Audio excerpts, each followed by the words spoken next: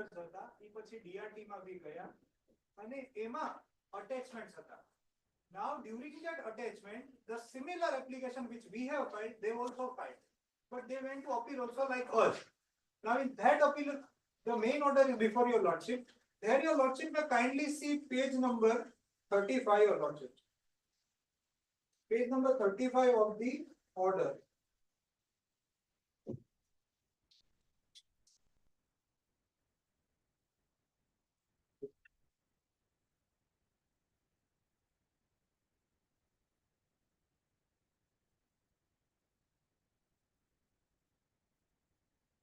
Para 69. In the case of Indian Bank versus Government of India and Messrs so and so, decided by Madras High Court on so and so date, wherein it was held in similar circumstances, Section 5 and 8 of the Act cannot be used by the authorities to inflict injury of the victim. That is the bank. As far as actual amount due from borrowers are concerned, the outstanding amount would be decided by the appropriate authority. Now, your lordship, my humble submission is that Rule 3A says that charges filed है पची आवी जोये 880 application. But your lordship, the main crux of 8 is કે તમે restoration આપો જે bona fide હોય, જે victim હોય. હવે જે Rule 3A ને જોવા જશું તો 8 નો જે provision છે એનું કઈ fruitfulness નહીં નીકળે આમાં. At 1/8 we are at the liquidation. Properties 32 properties are attached by ED and they have also come forward to say કે અમને બી આમાં ઓબ્જેક્શન નથી રિસ્ટોરેશન માં. તો સાહેબ ખાલી રૂલ 3A જોવા જશું કે ચાર્જીસ ના સ્ટેજ પછી આવો તો 8 નો જે ફલ છે મેઇન ક્રક્સ કે જે મેઇન ઇન્ટેન્શન ઓફ ધ લેજિસ્લેચર ઈ આમાં સાહેબ નહીં થાય. રૂલ 3A જોવા જશું. That is my first submission. And second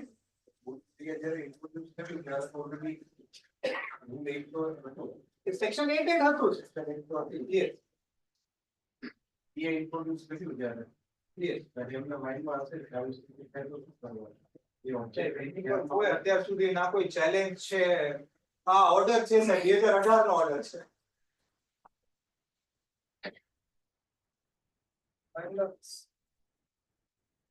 second sir my last submission is કે આમાં બેંક ગઈ છે. બેંક આમાં બી આજે તમને અમે ઓર્ડર આપ્યો એમાં બી ગઈ હતી. Now, બંને કેસીસમાં bank as a bona fide person is going to the authority and stating that there is some discrepancy. You kindly check.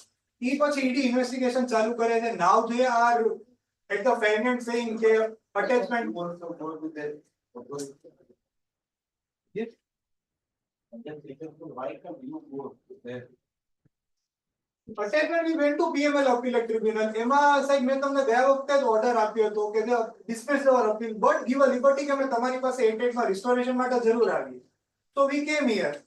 Now why SBI came is because કે સાહેબ આમાં એક જે borrower છે એની સામે liquidation નથી થયું. So liquidators cannot file. તો સાહેબ ત્રણ કહી દે ખોટે ખોટું લીધું. Enormous 3344 application for one purpose cannot be filed. इसलिए that's why SBI came.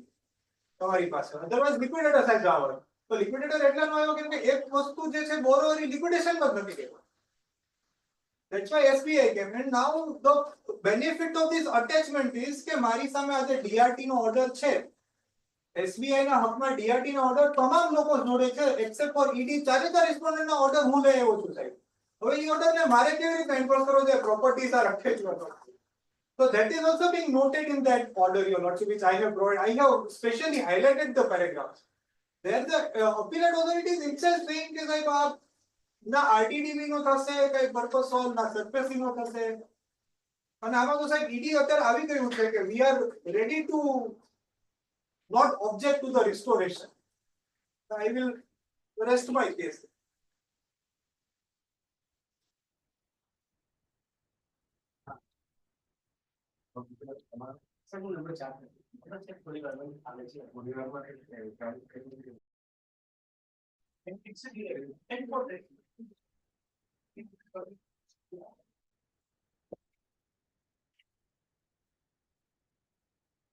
The relevant paragraph, that is paragraph 12. Coming to Rule 3A of the Prevention of Money Laundering Act rule, paragraph 12.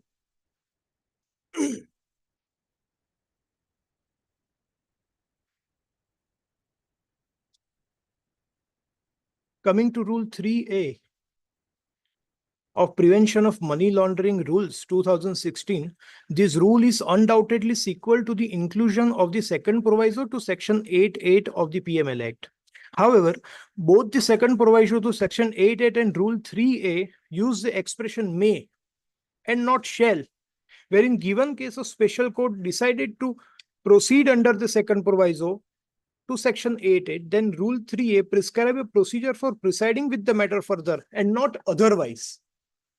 Now we are fortified in our view the Constitution bench judgment of Supreme Court, so and so versus so and so. It has been held that it's a cardinal rule that interpretation that the proviso to a particular proviso to statute only embraces the field which is covered by the main proviso. It carves out an exception to the main proviso to which it has been enacted as a proviso and not otherwise.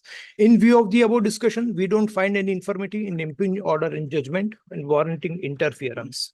And in view of the same, the interpreting the Rule 3A, the matters were allowed. Now there is another judgment of special court, which your honor must be aware that Section 8.8 Rule 3A. It has been interpreted by the special. This is just for assistance of I'm very well conscious that it may not be having the binding effect, but as far as the interpretation is concerned, page 55 may kindly be seen.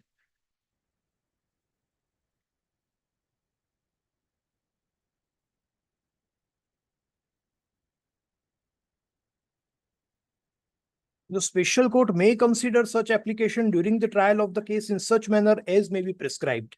The manner how it should be considered and dealt with is prescribed and laid down in Rule 3 of the PMLA Act rules.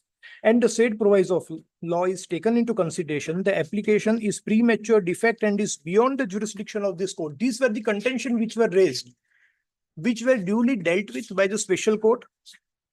And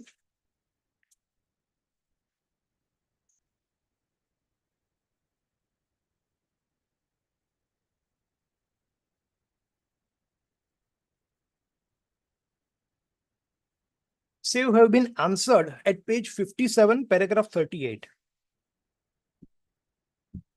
On considering the argument by counsel for the applicant that the application is not premature, on the other hand, the learned special public prosecutor has argued stating that the present application need not to be considered, and until now the trial has not commenced, an application deserves to be dismissed. Where a counter to the said argument, learned counsel for the applicant has brought to the notice to this court citation reported thereafter certain citation, and immediately below that, which are within due respect to their lordship, we are above the citation are aptly applicable to the said application on hand. There is no strict rule to follow that trial has to be commenced to consider such application as made by these applicants, and that at any stage of the case, also such application can be entertained by the court. Furthermore, the word trial has to be taken in a harmonious way, and trial doesn't begin after the charges are framed, but even prior to that.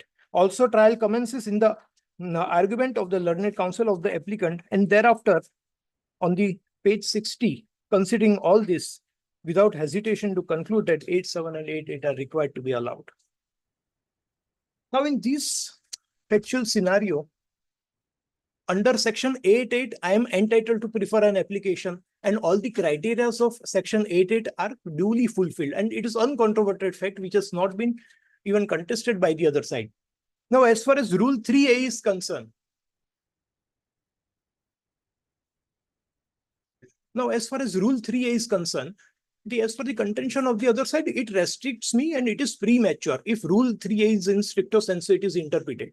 Now, in these circumstances, I am posing this question to myself that whether there can be any interpretation permitted in view of eye of law which completely diminish the very object of Section 8.8, or can rule be interpreted in a manner which diminish completely the provision of Act? And it has been duly answered by catena of the judgment of Honorable Supreme Court, including the Ispat Industries judgment, and even in the recent SCSC Act and SCSC Act rules framed thereunder, that rules cannot overpower the provision of Act. And if there is some ambiguity in the Act and rules, it is the Act and provision of Act which will prevail, and not the rules. Now, in the present case, It is just a direction which has been given that in some circumstances, this is the procedure prescribed under Rule 3, which is required to be followed. But at the same time, it doesn't cast any mandate to the court. And if my lords will see the judgment of GSW Steel also, there also the provisional attachment order has been challenged before the Supreme Court, where no charge were framed, stay was granted, and considering Rule 3A, the restoration order was granted, although it doesn't expressly say that whether what is the nature of Rule 3A, whether it is mandatory or it is directory. But these judgments will definitely speak about the nature of Rule 3A, and even otherwise, I am just posing this question: if there is contradiction between Act and rules, it is the Act which will prevail. This, even if assuming that the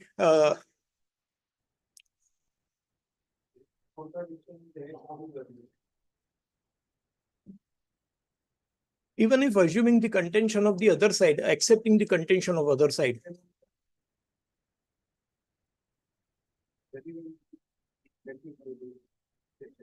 Section 8, there is no contradiction, and therefore harmoniously it is required to be interpreted that Section 8.8 when prescribed that during pendency of trial, so it is covering the entire trial, not just the stage which commences only after the framing of charge. Even the phase before framing of charge is also considered and included in 8.8.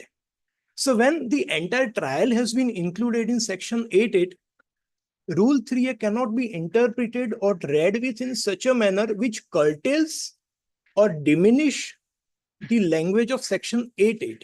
That is my humble submission.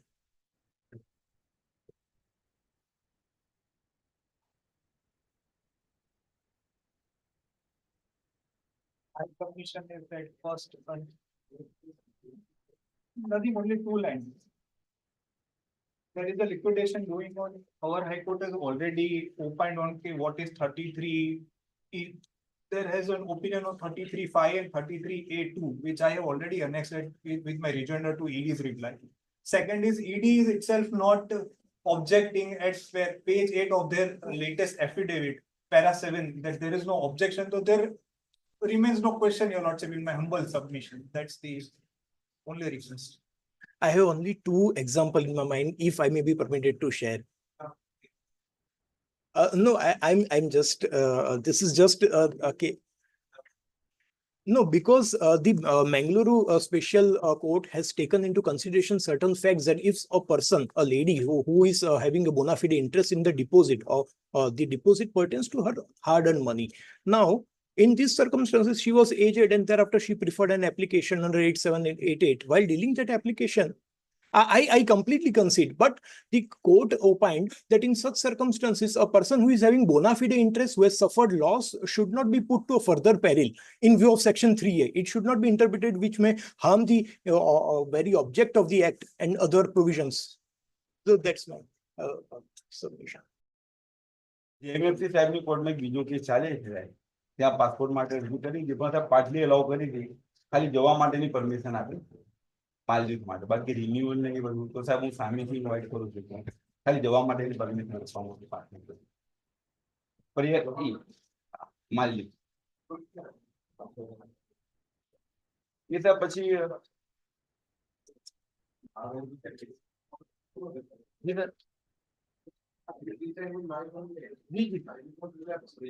जी आप सब लोग साथ ध्यान, आप सब ये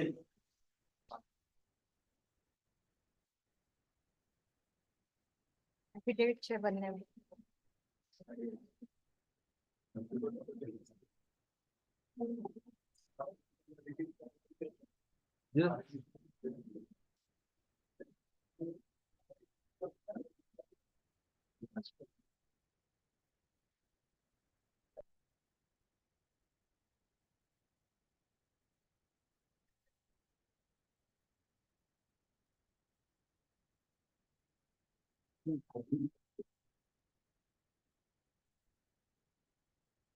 passport का ध्यान जमा नीचे की कोर्ट में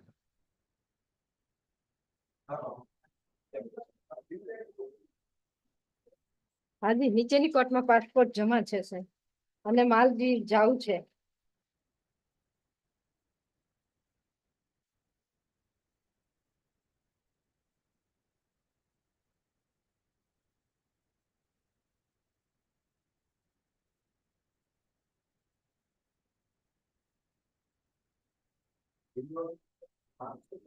ત્યાં ખાલી બહાર જવાની છે.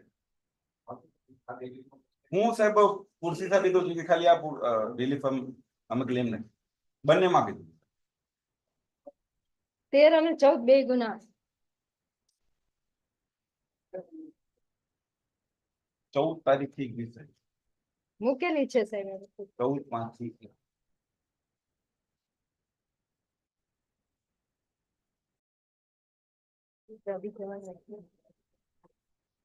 ક્યાં છે? રેસિડેન્શિયલ પેલી એમની જોબનું છે આ જોબ છે. આ જોબ છે નહીં રેસિડેન્શિયલ ઉપર લખેલું છે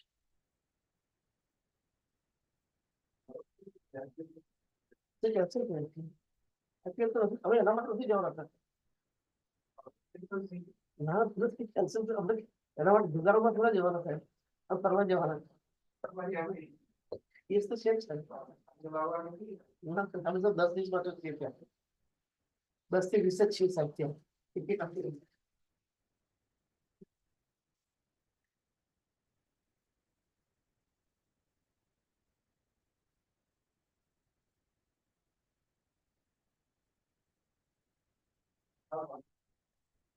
ફરવા જવાના છે એવું ગ્રાઉન્ડ આપ્યું છે.